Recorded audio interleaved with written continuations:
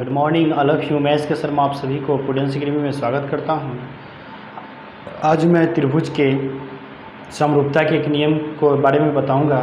ये नियम आपका साइड पे आधारित है। तो चलिए देखते हैं कि अगर आपको उसमें दो त्रिभुज के संगत भुजाएं का अनुपात दिया हो तो कैसे वो दो त्रिभुज समरूप होते हैं, इसके बारे में हम देखते हैं। तो चलिए शुरू करते हैं। थ्योरम ये दे रखा है कि यदि दो त्रिभुज के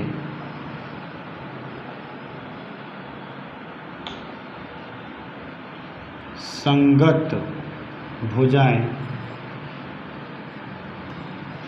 अनुपातिक हो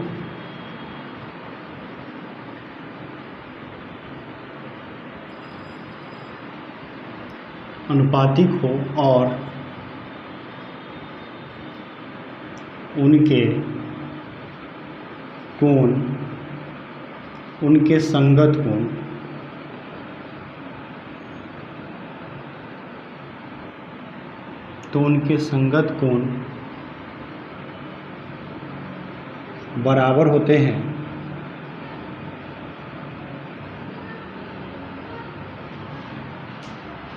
बराबर होते हैं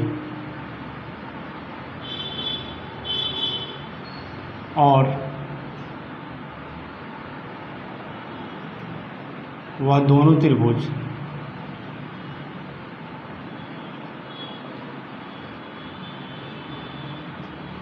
समरूप होते हैं। थ्योरम ये दे रखा है कि यदि दो त्रिभुज के संगत भुजाएं अनुपातिक हो और उनके संगत कोण बराबर होते हैं तो वह दोनों त्रिभुज क्या होते हैं, समरूप होते हैं। सबसे पहले मेरा काम होगा मानने का। सबसे पहले काम हम करेंगे मानने का।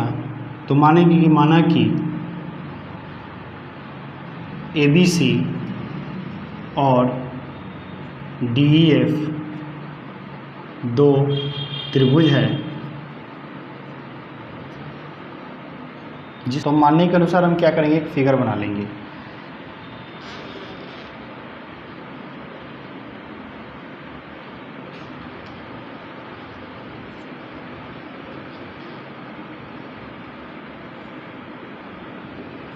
ये मैंने दो फिगर ड्रॉ कर लिया है, एक त्रिभुज ABC और दूसरा त्रिभुज DEF। अब देखिए आपको दिया है, इसमें ये दिया हुआ है कि AB बटा DE जो है वो आपको बराबर है AC बटा DF के और BC बटा EF क्या है, बराबर है। यानी कि AB बटा DE बराबर AC बटा DF बराबर BC बटा EF आपसे ये दे रखा है, ठीक है। यानी कि संगत भुजा अनुपातिक है, इसका मतलब ये आपको दे रखा है। अब आपको जो सिद्ध करने के लिए कह रहा है वो सिद्ध करना है। आपको सिद्ध करना है कि त्रिभुज ABC समरूप है त्रिभुज DEF को। आपको यही साबित करना है कि त्रिभुज ABC क्या है, DEF के समरूप है। तो सबसे पहले साबित करने से पहले जो हमें आवश्यक रचना है उसे हम कर लेते हैं, ठीक है, ताकि साबित करने में हमको सहूलियत हो। तो इसके लिए आपको रचना करने की आवश्यकता है। रचना ये करना होगा कि AB से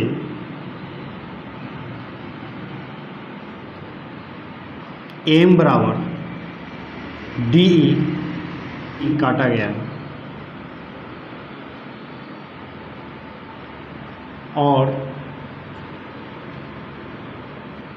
और भुजा AB के M बिंदु से MN जो BC के समानांतर MN BC के समांतर एक रेखा खींचा गया जो AC भुजा के N पर मिलते हैं,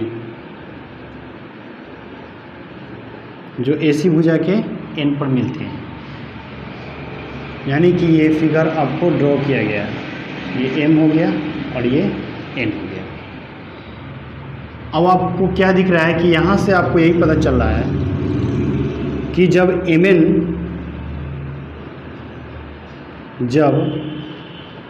एन समानांतर बी सी है, जब एम एन समानांतर बी सी है तो थेल्स के प्रमेय से आप कह सकते हैं कि ए बी बटा ए एम बराबर होगा ए सी बटा ए एम।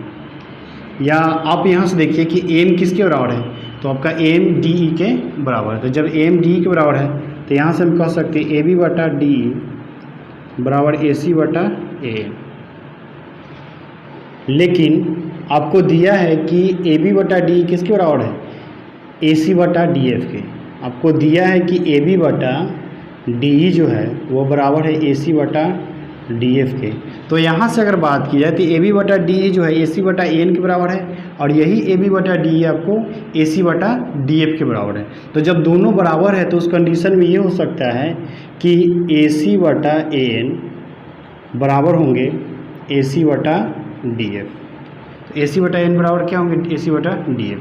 तो यहाँ से यहाँ ये कैंसिल हो जाए तो आपको क्या मिलेगा, ए एन बराबर डी एफ। आपको ये मिलेगा कि एन बराबर डी एफ है, ठीक है। जब एम एन समानांतर बी सी है, तो जब ये एम एन रेखा बी सी के समानांतर है, इसका मतलब कि कोण ए एम एन मतलब यह कोण बराबर होगा कोण बी के, इस कोण के, यानी कि ये कोण क्या होगा, इस कोण के बराबर होगा। और वही बात की जाए तो A N M it means ये कोण जो होगा वो बराबर होगा किस कोण के, इस कोण से, यानी कह सकते हैं कोण सी। और ये जो बराबर होते हैं वो आपका संगत कोण के आधार पर बराबर होते हैं। तो ये दोनों रेखा जो है, दोनों कोण जो है, तो ये दोनों कोण जो है वो किसके बराबर होगा, संगत कोण के आधार पर बराबर होगा। जब ये संगत कोण के आधार पर ये दोनों बराबर है तो उस स्थिति में हम कह सकते हैं कि त्रिभुज ABC और त्रिभुज AMN समान कोणिक है।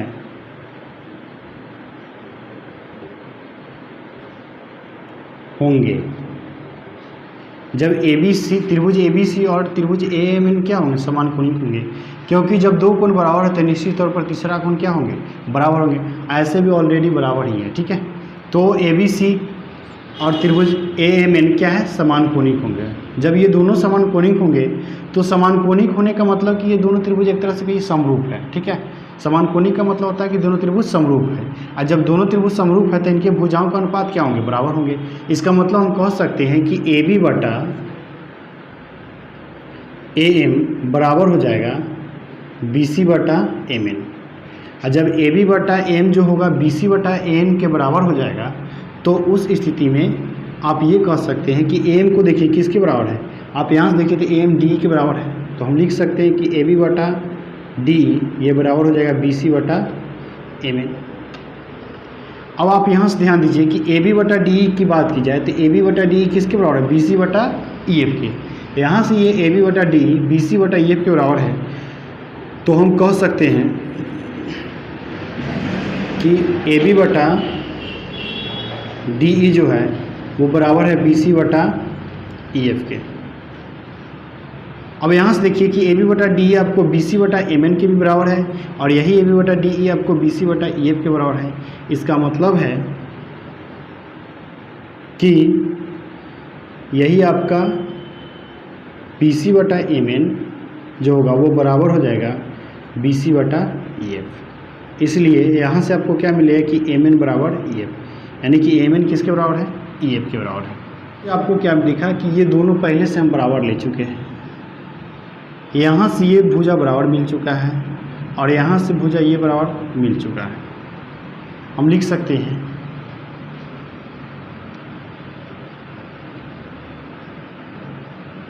यहाँ आपको AM बराबर क्या है, DE हो चुका है। यहाँ से आपको मिला है कि AN बराबर क्या है, DF है, और यहाँ से मिला आपको कि MN जो है वो किसके बराबर है, EF के। साइड से त्रिभुज ABC त्रिभुज AMN सर्वांगसम होंगे त्रिभुज DEF के। आपको क्या दिख रहा है कि जब AM बराबर है, ये इसके बराबर है, ये इसके बराबर है और ये वाला इसके बराबर है, इसका मतलब है कि त्रिभुज AMN सर्वांश में किसके? त्रिभुज DEF के। और जब त्रिभुज AMN सर्वांश में DEF के, तो हम कह सकते हैं कि कोण A जो होगा वो बराबर हो जाएगा कोण D के, कोण M जो होगा वो बराबर हो जाएगा कोण E के, और कोण N जो होगा वो बराबर हो जाएगा कोण F के। लेकिन आपने क्या देखा कि आपने यही देखा है कि यहाँ पे जो कोण M की बात की जाए तो ये कोण M जो है, ये कोण M जो है वो किसके बराबर है? कोण B के बराबर है। लेकिन अब यहाँ से बात कीजिए आप, तो यहाँ से बात कीजिए तो देखिए यहाँ पे कोण B किसके बराबर है? कोण M के बराबर है। तो हम कह सकते हैं कि कोण AMN जो है वो बराबर है किसके? कोण B के। और कोण N जो है किसके बराबर है? कोण C के। तो कोण N जो है यानी कोण ANM जो है वो बराबर है कोण C के। और जब यहाँ से ये दो बराबर है तो आप यहाँ से बताइए कि जब M बराबर B है और यहाँ पे M बराबर E है, इसका मतलब क्या है कि B जो है वो E के बराबर है, यहाँ पे M B के बराबर है और यहाँ पे M E के बराबर है। इसका मतलब है कि कोण B जो है कोण E के बराबर है। इसलिए हम कह सकते हैं कि कोण B जो बराबर होगा किसके? कोण E के। अब यहाँ से बात की जाए तो कोण N जो है वो किसके बराबर है? कोण B के। और यहाँ से कोण N जो है वो किसके बराबर है? कोण F के। इसका मतलब हम कह सकते हैं कि कोण F जो है वो किसके बराबर हो जाएगा? सॉरी, ये C होगा। तो यहाँ से आपका कोण N जो है वो किसके बराबर? कोण C के। और यहाँ से कोण N जो बराबर है वो किसके? कोण F के। इसका मतलब है कि कोण C जो होगा वो बराबर हो जाएगा कोण F के। और कोण A जो है कोण D के बराबर है, ये बात आपने पहले बता चुका है। तो कोण A बराबर कोण क्या है? D है। तो आपको यही अब पता चल गया कि जब दो त्रिभुज के तीनों कोण बराबर होते हैं या उनके संगत भुजाएं का अनुपात समान होते हैं तो इसका मतलब है कि वो दोनों त्रिभुज क्या होते हैं? समरूप होते हैं। तो यहाँ से वही बात निकल के आ रहा है कि जब ये दोनों त्रिभुज के क्या है कि तीनों कोण क्या है? बराबर है। और जब तीनों कोण बराबर है इसका मतलब है कि दोनों त्रिभुज क्या होंगे? समरूप होंगे। इसलिए हम कह सकते हैं कि त्रिभुज ABC समरूप होंगे त्रिभुज DEF के। और यही आपको साबित करना था जिसे हमने साबित किया। तो इस तरह से हम क्या कर सकते हैं कि त्रिभुज को समरूप दिखाने का काम करते हैं। तो आई होप कि ये बात आप लोगों को समझ में आ गया होगा। अगर वीडियो अच्छा लगे तो मेरे चैनल को सब्सक्राइब जरूर कीजिएगा, लाइक कीजिएगा और शेयर कीजिएगा ताकि डाले जाने में जितने भी वीडियो हो उसका नोटिफिकेशन आपको मिलता रहे। मिलते हैं नेक्स्ट वीडियो में। Thank you.